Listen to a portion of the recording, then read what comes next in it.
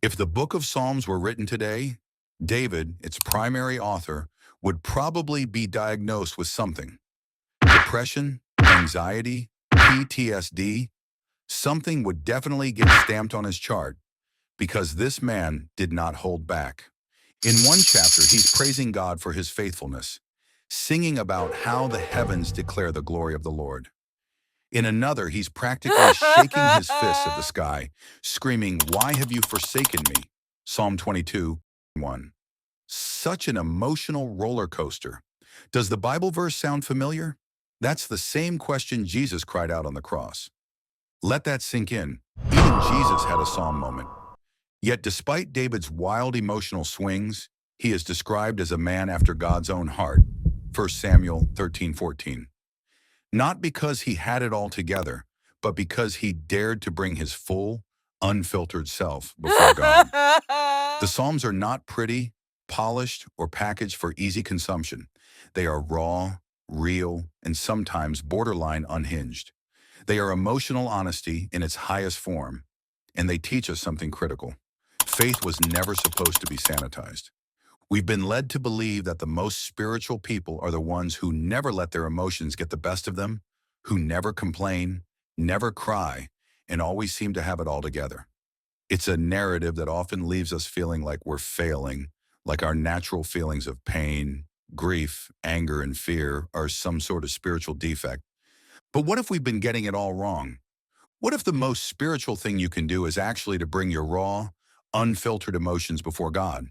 What if faith isn't about pretending you're okay, but about trusting that God can handle every part of you, even the messy, broken, and unhinged parts?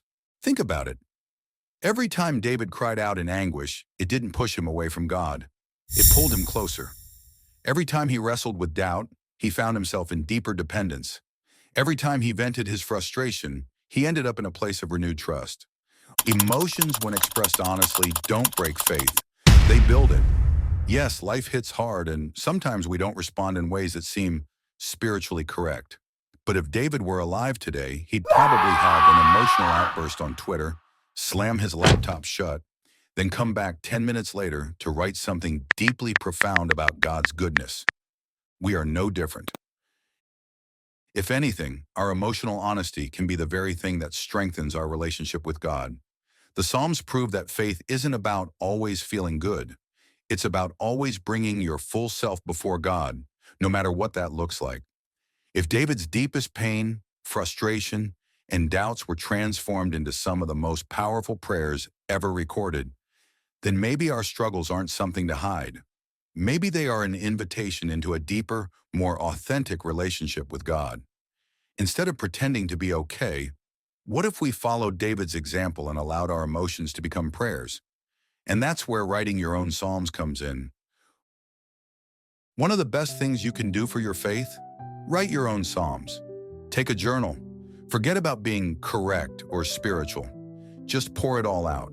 The joy, the pain, the confusion, the rage, the good, the bad, the messy. Bring it all before God. Because here's the truth. God is not afraid of your emotions.